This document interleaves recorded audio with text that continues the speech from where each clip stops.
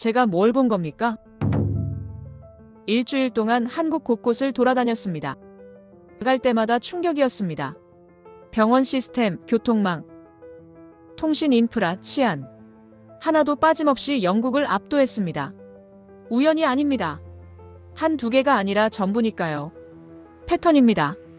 저는 과학자입니다. 패턴을 읽습니다. 그리고 이 패턴은요, 무언가 거대한 걸 암시하고 있었습니다. 세신은 빙산의 일각이었던 겁니다. 수면 아래 뭐가 숨어 있습니까? 김 교수를 다시 만났습니다. 물었습니다. 한국에 또 뭐가 있냐고요? 그가 웃었습니다. 무슨 웃음입니까? 비밀을 아는 사람의 웃음이었습니다. 많습니다. 세계가 모르는 게요. 저는 온몸에 소름이 돋았습니다. 세계가 모른다? 이렇게 명확한 우수성을요?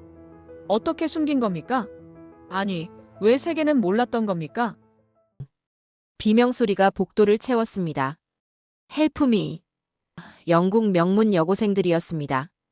알몸으로 떨고 있었죠. 한국 목욕탕, 타일 바닥은 뜨거웠고 습기가 가득했습니다. 제 심장이 뛰었습니다. 뭔가 끔찍한 일이 벌어지고 있다고 생각했으니까요. 하지만 틀렸습니다. 저는 사라 밀러입니다. 영국 왕립의학회 회원이죠. 18년간 교직에 있었습니다.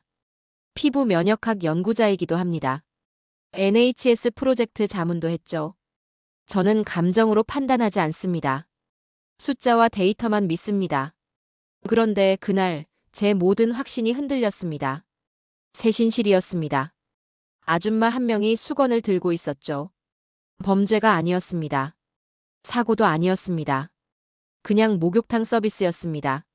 그런데 아이들은 공포에 질려 있었죠. 선생님, 저거 뭐예요? 클로이가 물었습니다. 저는 대답할 수 없었습니다. 12년입니다. 클로이가 모공각화증으로 고생한 시간이죠. 닭살 피부라고 부르는 증상입니다. 팔 전체를 덮고 있었습니다. 영국 최고 피부과를 다녔습니다. 캠브리지 대학병원이었죠. 결과는 없었습니다. 평생 관리하셔야 합니다. 의사의 말이었습니다. 얼마를 썼습니까? 수천만 원입니다. 화학 필링, 레이저 치료, 처방 크림. 전부 시도했습니다. 피부는 변하지 않았죠. 아니, 때로는 더 악화됐습니다. 클로이는 여름에도 긴팔을 입었습니다. 12년 동안요. 그런데 지금 뭘 보고 있는 겁니까? 한국 목욕탕 아줌마가 수건으로 클로이 팔을 문지르고 있었습니다. 의료 지식이 있습니까? 없습니다. 전문 장비가 있습니까? 없습니다. 수건 하나뿐이었습니다. 저는 말렸어야 했습니다. 교사니까요. 책임자니까요. 그런데 말리지 않았습니다. 왜냐고요? 모르겠습니다. 아마도 호기심이었을 겁니다. 과학자로서의 호기심 말입니다. 15분이 지났습니다. 아줌마가 수건을 내려놨습니다. 클로이가 팔을 봤습니다. 그리고 비명을 질렀습니다. 이번엔 공포가 아니었습니다. 놀라움이었죠. 선생님, 클로이가 저를 불렀습니다. 팔을 보여줬습니다. 저는 숨이 멎었습니다. 각질이 사라져 있었습니다. 완전히는 아니었습니다. 하지만 분명히 달라져 있었죠. 12년간 변하지 않던 피부가 말입니다. 이론적으로 말이 안 됩니다. 모공각화증은 만성질환입니다. 유전적 요인이 크죠. 각질이 과도하게 생성되는 겁니다. 15분 만에 개선될 수 없습니다. 의학적으로 불가능합니다. 그런데 눈앞에서 벌어졌습니다. 저는 클로이 팔을 자세히 봤습니다. 염증이 없었습니다. 상처도 없었습니다. 피부 장벽 손상도 보이지 않았죠. 어떻게 이게 가능합니까? 얼마예요? 제가 물었습니다. 아줌마가 대답했습니다. 15,000원이요. 저는 계산했습니다. 영국 화학 필링 1회가 30만 원입니다. 레이저는 100만 원이 넘습니다. 그런데 이건 15,000원이라는 겁니까? 그날 밤 저는 잠들 수 없었습니다. 호텔방에 앉아 있었습니다. 클로이 팔 사진을 보고 또 봤습니다.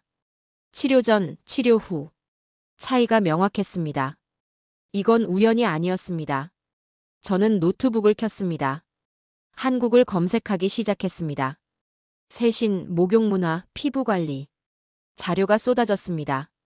그런데 학술 논문은 없었습니다. 과학적 검증도 없었죠. 단지 수백 년 된 전통일 뿐이었습니다. 저는 혼란스러웠습니다. 18년간 배워온 것들이 흔들렸습니다. 이론이 설명하지 못하는 결과였으니까요. 그리고 가장 불편한 건 효과가 분명했다는 사실입니다. 나는 틀렸나? 처음으로 그런 생각을 했습니다. 제 전공을 의심했습니다. 그날 밤이었습니다. 한국 목욕탕에서 시작된 의문이었죠. 그건 6개월 전 일이었습니다. 수학여행 목적지를 정하는 교무회의였죠. 저는 일본을 추천했습니다. 당연한 선택이었습니다. 교토의 사찰, 오사카의 과학관, 도쿄의 박물관. 교육적 가치가 명확했으니까요. 젊은 교사 한 명이 한국을 제안했습니다. 저는 즉시 반대했습니다. 교육적 의미가 없다고 판단했죠. 한국은 제 고려 대상이 아니었습니다. 학생 투표를 실시했습니다. 일본, 싱가포르, 한국. 세 나라 중 하나를 선택하는 거였죠. 저는 일본이 당연히 선택될 거라 믿었습니다. 명문 여고생들이니까요. 결과는 충격이었습니다. 70%가 한국을 선택했습니다. 이유는 더 당황스러웠죠. K-팝, 드라마, 아이돌. 학문과 무관한 것들이었습니다. 저는 화가 났습니다. 이건 교육 여행이 아니라 관광이었으니까요. 재투표를 제안했습니다. 학생들은 거부했습니다. 이미 마음을 정한 얼굴들이었죠. 한 학생이 물었습니다. 제가 한국에 대해 뭘 아느냐고요? 저는 대답할 수 없었습니다. 학부모 회의가 소집됐습니다. 안전 문제 때문이었죠. 학부모들은 강하게 반발했습니다. 북한과의 근접성, 전쟁 위험, 의료 시스템 불신. 우려가 쏟아졌습니다. 저는 속으로 안도했습니다. 제 의견과 같았으니까요. 위생 문제도 제기됐습니다. 매운 음식, 언어 장벽, 낯선 문화. 학부모들은 불안해했죠. 저도 마찬가지였습니다. 한국은 예측할 수 없는 나라였으니까요. 그때 존스 박사가 손을 들었습니다. 영국 왕립병원 외과 의사였죠. 노트북을 펼쳤습니다. 자료를 준비해왔다고 했습니다. 프로젝터에 화면이 떴습니다. 한국 의료 통계였습니다. 외국인 환자 수, 대기 시간, 치료 성공률, 비용. 숫자들이 화면을 채웠죠. 저는 숨을 멈췄습니다. 연간 외국인 환자 50만 명. 미국, 중국, 중동에서 치료받으러 온다는 겁니다. WHO 공식 자료였습니다. 응급실 평균 대기 시간 20분, 영국은 4시간이었습니다. MRI 대기는 당일. 영국은 6주였죠. 숫자가 믿기지 않았습니다. 비용 비교가 나왔습니다. 같은 수술, 한국이 3분의 1 가격이었습니다. 품질은 오히려 더 높았죠. 최신 장비, 숙련된 의사, 빠른 진료. 존스 박사의 동료 의사들도 인정하는 사실이었습니다. 회의실이 조용해졌습니다. 학부모들이 서로 쳐다봤습니다. 방금 전까지 반대하던 사람들이었죠. 이제는 말이 없었습니다. 숫자가 거짓말을 하지 않으니까요. 저는 불편했습니다. 18년 교사였습니다. 그런데 제가 몰랐던 겁니다. 학생들이 먼저 알고 있었습니다. 드라마를 통해, 음악을 통해, SNS를 통해서요. 아이들은 이미 한국을 보고 있었던 겁니다. 회의가 끝났습니다. 한 학생이 복도에서 저를 불렀습니다. 왜 반대하느냐고 물었죠. 저는 대답할 수 없었습니다. 이유가 뭡니까? 선입견이었습니다.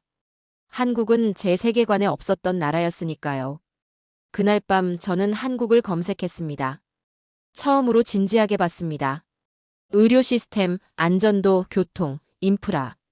자료가 쏟아졌죠. 그리고 제 예상과 완전히 달랐습니다. 범죄율은 영국보다 낮았습니다. 교통은 정시 운행이었죠. 지하철 배차 간격 2분. 전국 어디서나 와이파이 연결. 24시간 편의점, 안전한 심야거리. 이게 제가 생각한 나라가 맞습니까? 데이터가 계속 나왔습니다. 모든 지표가 선진국 수준이었습니다. 아니, 어떤 건 영국보다 나았죠. 저는 혼란스러웠습니다. 제가 가진 이미지와 달랐습니다. 한국은 제가 모르는 나라였던 겁니다. 그 사실이 저를 불편하게 만들었죠.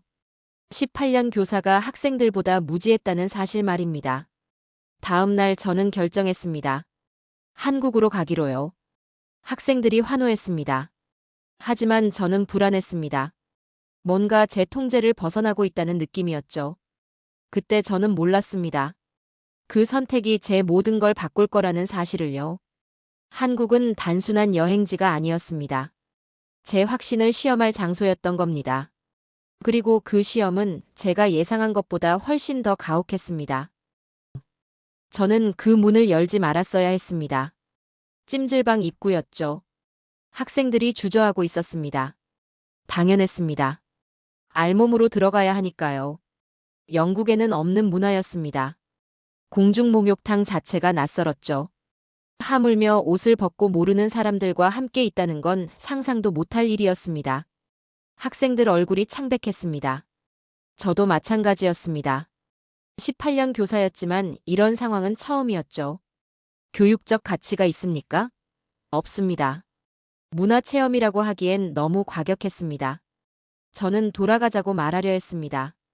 그런데 한 학생이 문을 열었습니다. 들어갔습니다. 다른 학생들이 따라갔죠. 저는 뒤에 남았습니다. 책임자였으니까요. 뭔가 문제가 생기면 제가 막아야 했습니다. 탈의실이었습니다. 학생들이 옷을 벗기 시작했습니다. 어색한 침묵이 흘렀죠. 누구도 눈을 마주치지 않았습니다. 저도 옷을 벗었습니다. 교사니까요. 함께 해야 했습니다. 목욕탕으로 들어갔습니다. 습기가 얼굴을 때렸습니다. 타일 바닥이 뜨거웠죠. 한국 여성들이 있었습니다. 태연하게 씻고 있었습니다. 우리를 쳐다보지도 않았죠. 학생들이 구석으로 모였습니다. 몸을 웅크렸습니다. 불편해 보였죠. 저는 그들 옆에 섰습니다. 보호해야 한다고 생각했습니다. 그때 한 아줌마가 다가왔습니다. 수건을 들고 있었죠. 손짓을 했습니다. 따라오라는 의미였습니다. 세신실을 가리켰습니다. 학생들이 저를 봤습니다. 눈빛이 물었습니다. 가도 되냐고요? 저는 망설였습니다. 이게 안전한 겁니까? 확신할 수 없었습니다. 한 학생이 먼저 일어났습니다. 아줌마를 따라갔죠. 다른 학생 2명이 따라갔습니다. 저는 뒤따라갔습니다. 지켜봐야 했으니까요. 세신실이었습니다. 타일 침대가 여러 개 있었죠. 아줌마가 학생을 눕혔습니다. 수건을 적셨습니다. 그리고 시작했습니다. 저는 지켜봤습니다. 과학자의 눈으로요. 손놀림이 일정했습니다. 압력도 균일했죠. 무작위가 아니었습니다. 패턴이 있었습니다. 학생이 비명을 질렀습니다. 아팠던 겁니다. 저는 앞으로 나가려 했습니다. 막아야 한다고 생각했죠. 그런데 멈췄습니다. 학생 표정 때문이었습니다. 아픔이었지만 공포는 아니었습니다. 놀라움에 가까웠죠. 학생이 자기 팔을 봤습니다. 뭔가 달라지고 있었습니다. 15분이 지났습니다. 아줌마가 수건을 내려놨습니다. 학생이 일어났습니다. 피부가 붉었습니다. 하지만 상처는 없었죠. 학생이 웃었습니다. 신기하다는 표정이었습니다. 다른 학생들이 차례로 받았습니다. 저는 계속 지켜봤습니다. 모든 학생에게 같은 방식이 아니었습니다. 아줌마가 피부를 보고 판단했죠. 수건 종류를 바꿨습니다. 압력을 조절했습니다. 속도도 달랐습니다. 이건 기술이었습니다. 단순한 때밀기가 아니었죠. 체계가 있었습니다. 저는 놀랐습니다. 의학 교육을 받지 않은 사람이 이렇게 정확할 수 있습니까? 그때 클로이가 다가왔습니다. 12년 모공각화증으로 고생한 아이였죠. 팔을 보여줬습니다. 각질이 가득했습니다. 그리고 물었습니다. 자기도 해보고 싶다고요. 저는 멈췄습니다. 교사로서 책임이 있었습니다. 클로이 피부는 민감했습니다. 잘못되면 악화될 수 있었죠. 염증이 생길 수도 있었습니다. 그러면 책임은 제가 져야 했습니다. 하지만 클로이 눈을 봤습니다. 희망이 있었습니다. 12년 만에 보는 눈빛이었죠. 저는 판단할 수 없었습니다. 막아야 합니까? 허락해야 합니까? 결국 저는 고개를 끄덕였습니다. 말리지 않았습니다. 왜냐고요? 모르겠습니다. 아마도 그 희망을 꺾고 싶지 않았던 것 같습니다. 클로이가 침대에 누웠습니다. 아줌마가 팔을 봤습니다. 수건을 골랐습니다. 그리고 시작했습니다. 저는 숨을 참았습니다. 그 선택이 모든 걸 바꿨습니다. 저는 그때 몰랐습니다.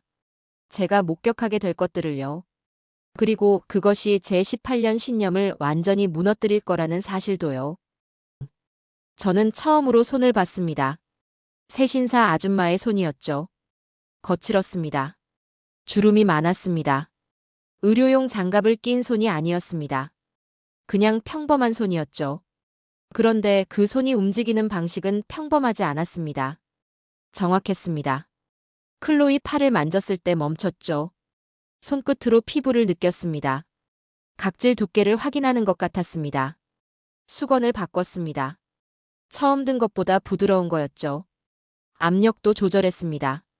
다른 학생들보다 약했습니다. 속도도 느렸습니다. 왜 그랬습니까? 저는 관찰했습니다. 과학자의 눈으로요. 아줌마는 클로이 피부 상태를 읽고 있었습니다. 진단하고 있었던 겁니다. 의학 지식 없이 말입니다. 손놀림이 일정했습니다. 위에서 아래로, 왼쪽에서 오른쪽으로. 패턴이 있었죠. 무작위가 아니었습니다. 각질이 많은 부분에 더 집중했습니다. 민감한 부분은 피했죠. 이건 기술이었습니다. 단순한 노동이 아니었습니다. 체계가 있었던 겁니다. 저는 놀랐습니다. 비과학적이라 생각했던 행위가 지나치게 체계적이었으니까요. 15분이 지났습니다. 아줌마가 수건을 내려놨습니다. 클로이가 팔을 봤습니다. 각질이 줄어들어 있었습니다. 완전히는 아니었습니다. 하지만 분명히 달라져 있었죠. 저는 클로이 팔을 자세히 봤습니다. 피부 장벽 손상을 찾았습니다. 없었습니다. 염증 반응도 없었죠. 붉기는 있었지만 자극 반응이었습니다. 손상이 아니었습니다. 어떻게 이게 가능합니까? 물리적 자극을 줬습니다. 각질을 제거했죠. 그런데 피부는 손상되지 않았습니다. 이론적으로 설명이 안 됩니다. 다른 학생들도 마찬가지였습니다. 모두 붉었지만 상처는 없었습니다. 통증을 호소했지만 염증은 없었죠. 즉각적인 개선만 있었습니다.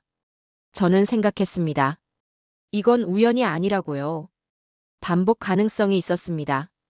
모든 학생에게 같은 결과가 나왔으니까요.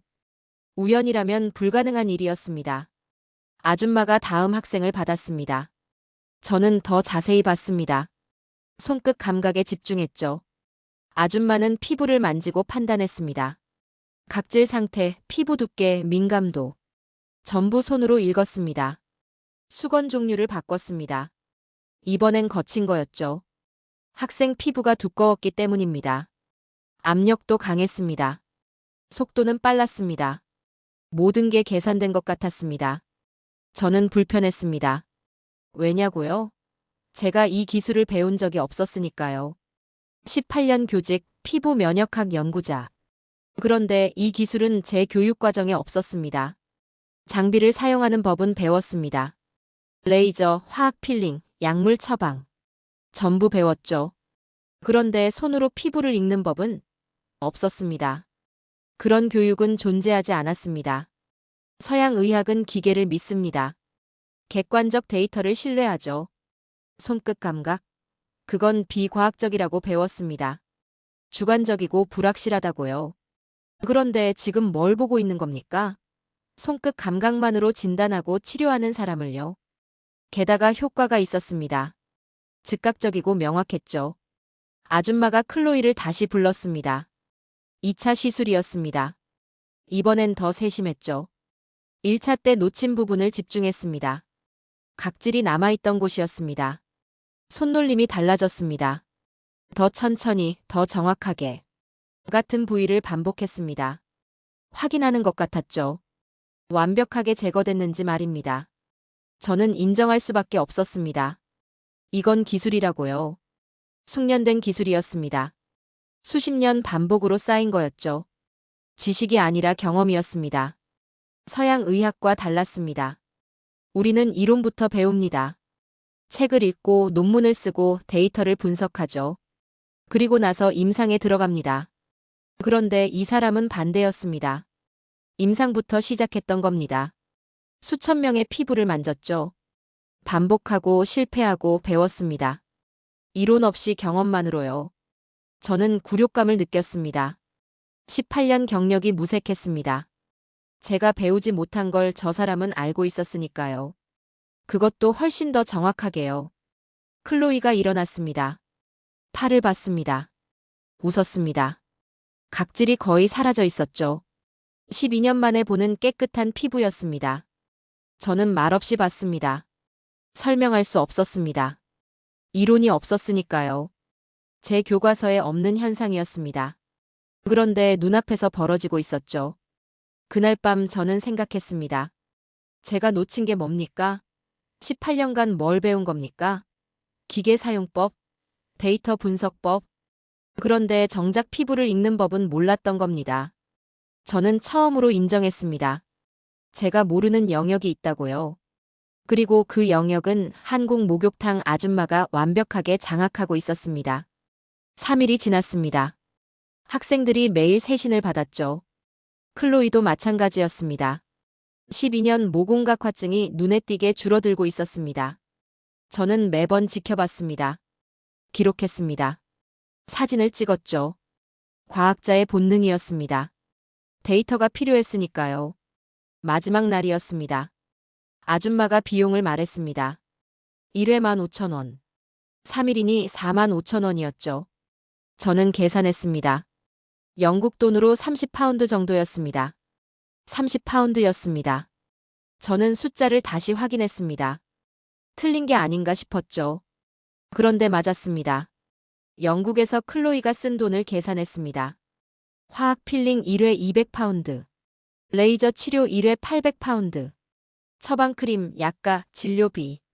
12년간 1만 파운드가 넘었습니다. 하나로 수천만 원이었죠. 결과는 없었습니다. 아니, 때로는 악화됐습니다. 그런데 한국에서 30파운드로 개선됐다는 겁니까? 계산이 맞지 않았습니다. 300배 이상 차이가 났습니다. 같은 증상, 같은 치료 목표. 그런데 비용은 300배 차이였습니다. 저는 불편했습니다. 비용 때문이 아니었습니다. 효율성 때문이었죠. 제가 믿었던 시스템이 비효율적이었다는 증거였으니까요. 영국 의사 학부모 존스 박사가 클로이 팔을 봤습니다. 사진을 비교했습니다. 치료 전, 치료 후. 차이가 명확했죠. 비용을 물었습니다. 제가 대답했습니다. 30파운드라고요. 그는 말을 멈췄습니다. 믿을 수 없다는 표정이었죠. 존스 박사는 영국 왕립병원 외과의사였습니다. 그가 말했습니다. 이건 말이 안 된다고요. 계산이 맞지 않는다고요. 영국에서 같은 결과를 내려면 수천 파운드가 듭니다. 그것도 보장이 안 됩니다. 그런데 한국에서 30파운드로 확실한 결과가 나왔습니다. 저는 자존심이 상했습니다. 18년간 믿었던 시스템이었습니다. 비싸서 믿었던 겁니다. 비용이 높으면 품질도 높다고 배웠죠. 그게 상식이었습니다. 그런데 틀렸습니다. 비용과 효과가 비례하지 않았습니다. 오히려 반대였죠. 저렴한 게 더 효과적이었습니다. 다른 학부모들도 알게 됐습니다. 소문이 퍼졌죠. 30파운드의 피부가 좋아진다는 얘기였습니다. 반응이 엇갈렸습니다. 어떤 학부모는 놀랐습니다. 어떤 학부모는 의심했습니다. 너무 싸다고요. 뭔가 문제가 있을 거라고 했습니다. 학생들은 달랐습니다. 환호했습니다. 영국에 돌아가서도 받고 싶다고 했죠. 한국에 다시 오고 싶다고 했습니다. 클로이가 제게 물었습니다. 영국에도 이런 게 있냐고요. 저는 고개를 저었습니다. 없다고 했죠. 그럼 왜 영국은 안 하냐고 물었습니다. 저는 대답할 수 없었습니다. 왜 안 할까요? 비과학적이라서, 비위생적이라서. 그런데 효과는 분명했습니다. 저는 혼란스러웠습니다. 제가 옹호해야 할 시스템이 뭡니까? 비싸고 효과 없는 영국 치료? 아니면 싸고 효과 있는 한국 세신? 논리적으로 답은 명확했습니다. 그런데 감정적으로 받아들일 수 없었습니다. 18년 경력이 부정당하는 기분이었죠. 제가 가르쳤던 것, 연구했던 것, 믿었던 것.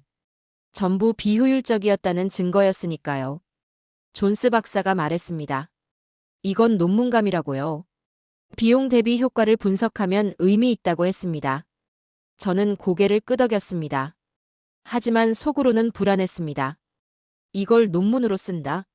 그럼 인정하는 겁니다. 한국 세신이 영국 치료보다 낫다고요. 서양 의학 시스템의 문제를 공개하는 거였습니다. 학생들이 농담했습니다. 여기서 계속 치료받고 싶다고요. 영국 돌아가기 싫다고 했습니다. 웃으며 하는 말이었지만 저는 웃을 수 없었습니다. 왜냐고요? 그 말이 진실이었으니까요. 실제로 한국이 더 나았습니다. 비용도 효과도 접근성도 모든 면에서 우월했죠. 3만 원이라는 숫자가 저를 모욕했습니다. 제가 믿었던 가치를 부정했죠. 비싸면 좋다는 착각, 서양이 최고라는 편견. 전부 무너졌습니다. 저는 인정해야 했습니다. 이건 기적이 아니라고요. 계산이 틀린 겁니다. 제 계산이요. 그리고 그 사실을 저는 설명해야 했습니다. 영국으로 돌아온 지 일주일이 지났습니다. 저는 매일 밤 클로이의 사진을 들여다봤죠. 치료 전과 후를 비교하면서 이게 정말 같은 팔이 맞는지 확인하고 또 확인했습니다. 차이가 너무 명확했거든요. 12년간 변하지 않던 피부가 3일 만에 달라진 겁니다. 동료인 제임스 박사에게 연락을 했습니다. 캠브리지 대학에서 20년간 피부과학을 연구한 사람이었죠. 저보다 경력도 많고 권위도 있는 선배였습니다. 화상 통화로 사진을 보냈는데 어떤 설명도 덧붙이지 않았습니다. 그냥 같은 환자가 맞는지만 물었죠. 제임스 박사는 한참 동안 말이 없었습니다. 사진을 확대했다가 축소했다가 반복하면서 각도를 바꿔가며 확인했죠. 10초, 20초, 30초가 지나도 아무 말이 없었습니다. 조작을 의심하는 것 같았습니다. 20년 경력 연구자의 얼굴이 점점 당황스러운 표정으로 변해가는 게 보였죠. 드디어 그가 입을 열었습니다. 이게 정말 같은 사람이냐고 물었죠. 저는 3일 간격으로 찍은 사진이라고 대답했습니다. 한국의 전통 피부 관리 방식으로 치료했다고 설명했습니다. 목욕탕에서 수건으로 각질을 제거하는 방식이라고 했더니 그는 잠시 웃었습니다. 농담인 줄 알았나 봅니다. 비용을 말했을 때 그의 표정이 완전히 굳었습니다. 30파운드라는 숫자를 믿을 수 없다는 얼굴이었죠. 영국에서 같은 결과를 내려면 수천 파운드가 들어간다는 걸 그도 알고 있었으니까요. 모공각화증은 만성 질환이고 유전적 요인이 크기 때문에 3일 만에 이렇게 개선될 수 없다는 게 의학 상식이었습니다. 제임스 박사가 논문화를 제안했습니다.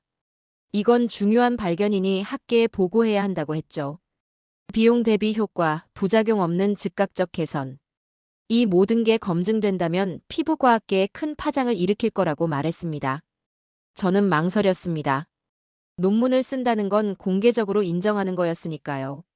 서양 의료 시스템의 비효율을, 한국 전통 방식의 우수성을 말이죠. 하지만 과학자로서 선택의 여지가 없었습니다. 본 것을 기록하고 증명해야 했으니까요. 감정이 아니라 데이터로, 믿음이 아니라 증거로 말해야 했습니다. 한 사례만으로는 부족했기에 더 많은 검증이 필요했죠. 한국의 전문가와 협업하기로 했습니다. 통화를 끝내고 창밖을 봤습니다. 익숙한 런던 거리가 보였는데 왠지 낯설게 느껴졌죠. 제가 평생 믿어왔던 세계가 흔들리고 있었습니다. 서양 의학의 우수성, 과학적 접근의 절대성.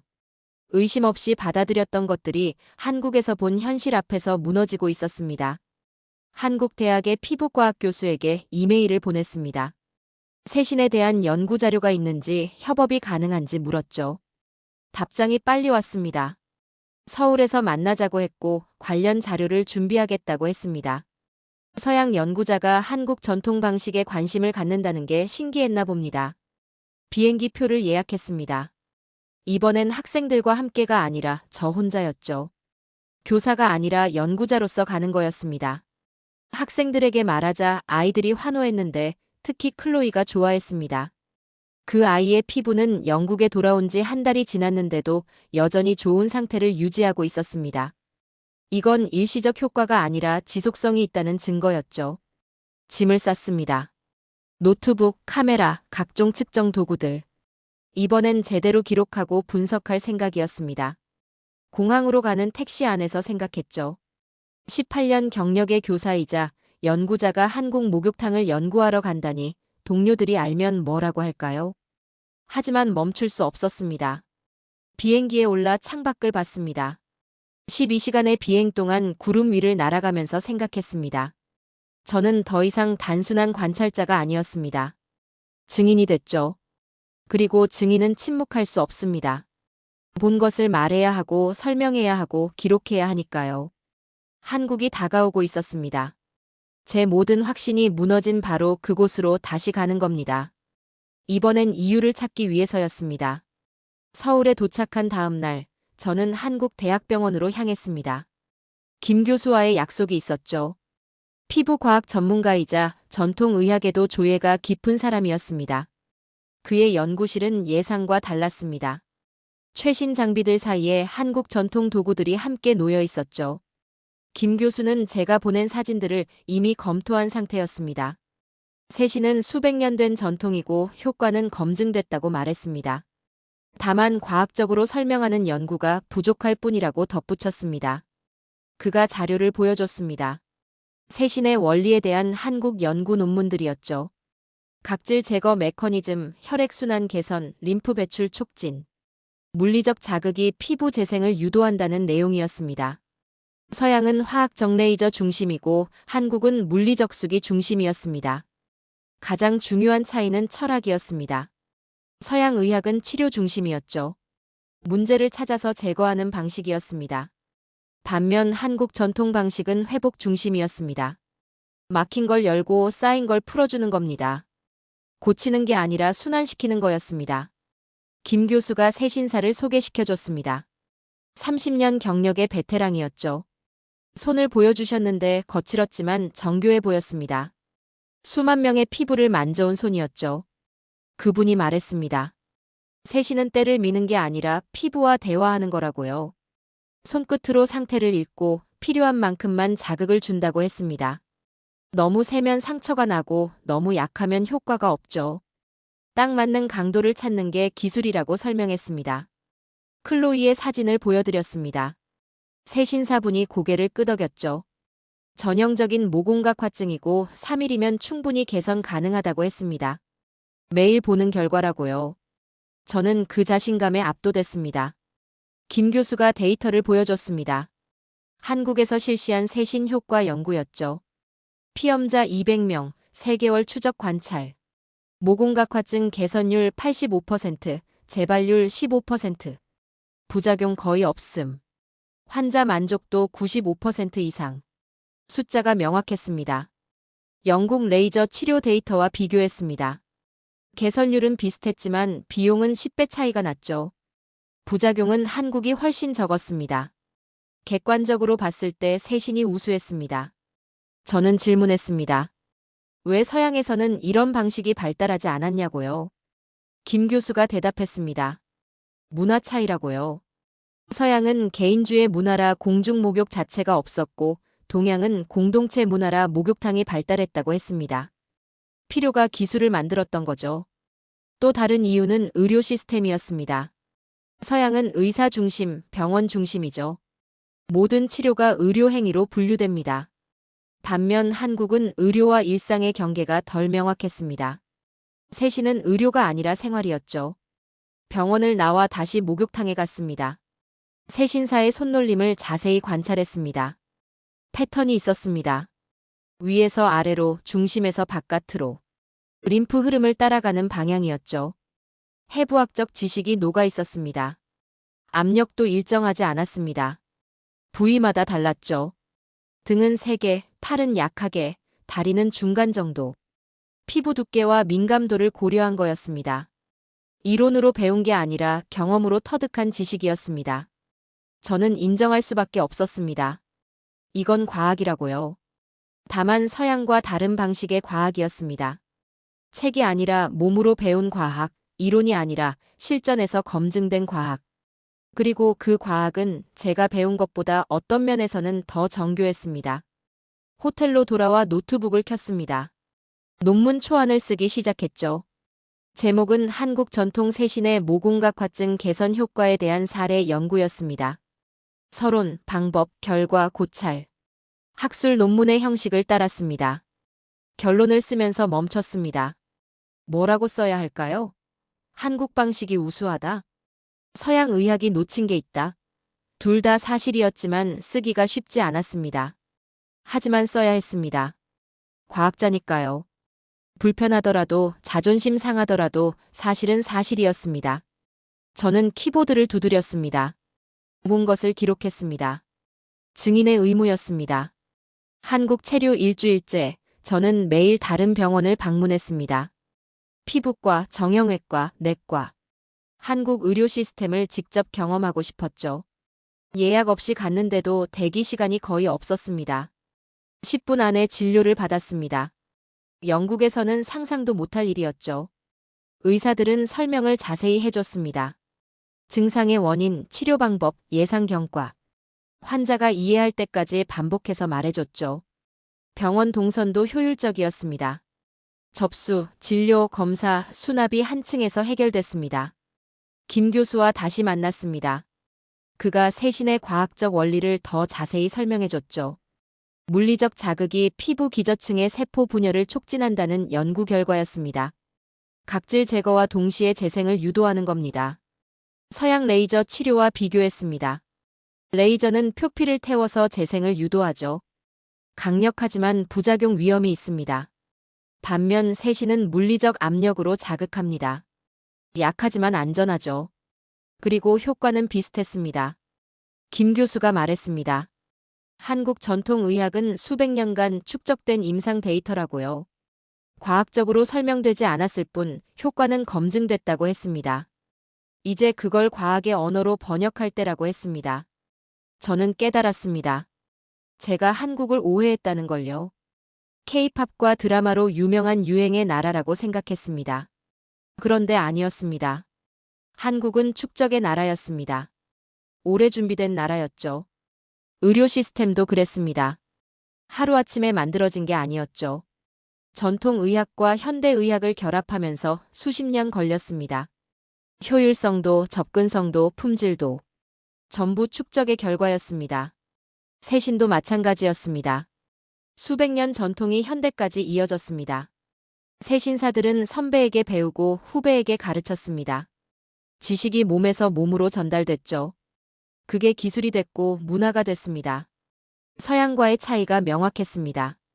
서양은 치료 중심, 한국은 회복 중심이었습니다. 서양은 기술 중심, 한국은 사람 중심이었습니다. 어느 게 옳은 겁니까? 둘 다 옳았습니다. 다만 접근 방식이 달랐을 뿐이죠. 제임스 박사에게 이메일을 보냈습니다. 한국에서 수집한 데이터를 첨부했죠. 논문 공동 저자로 김 교수를 제안했습니다. 답장이 빨리 왔습니다. 동의한다고 했습니다. 학생들에게도 연락했습니다. 특히 클로이에게요. 그 아이는 여전히 건강한 피부를 유지하고 있었습니다. 2달이 지났는데도 재발 없이 좋은 상태였죠. 이제 반팔도 자신 있게 입는다고 했습니다. 마지막 날, 저는 다시 목욕탕에 갔습니다. 처음 왔던 그곳이었죠. 학생들의 비명을 들었던 곳, 제 확신이 무너졌던 곳. 이제는 다르게 보였습니다. 두려움이 아니라 존중으로 봤습니다. 세신사 아줌마가 저를 알아봤습니다. 웃으며 손짓했죠. 저도 세신을 받았습니다. 18년 교사이자 연구자였지만 그 순간만큼은 그냥 한 사람이었습니다. 배우는 사람이었죠. 손끝에서 느껴지는 압력이 정확했습니다. 아프지만 견딜만 했죠. 저는 눈을 감고 느꼈습니다. 이게 수백 년 전통이구나. 이게 축적된 지혜구나. 이게 한국이구나. 영국으로 돌아가는 비행기 안에서 생각했습니다. 저는 한국에서 뭘 배운 겁니까? 세신 기술? 아닙니다. 더 중요한 걸 배웠습니다. 겸손을 배웠습니다. 제가 모르는 게 얼마나 많은지, 세상이 얼마나 넓은지 깨달았습니다. 18년간 확신했던 것들이 전부가 아니었습니다. 서양 의학이 최고라는 믿음, 과학적 접근만이 옳다는 생각. 틀린 건 아니었지만 전부도 아니었죠. 다른 방식, 다른 지혜, 다른 축적이 있었습니다.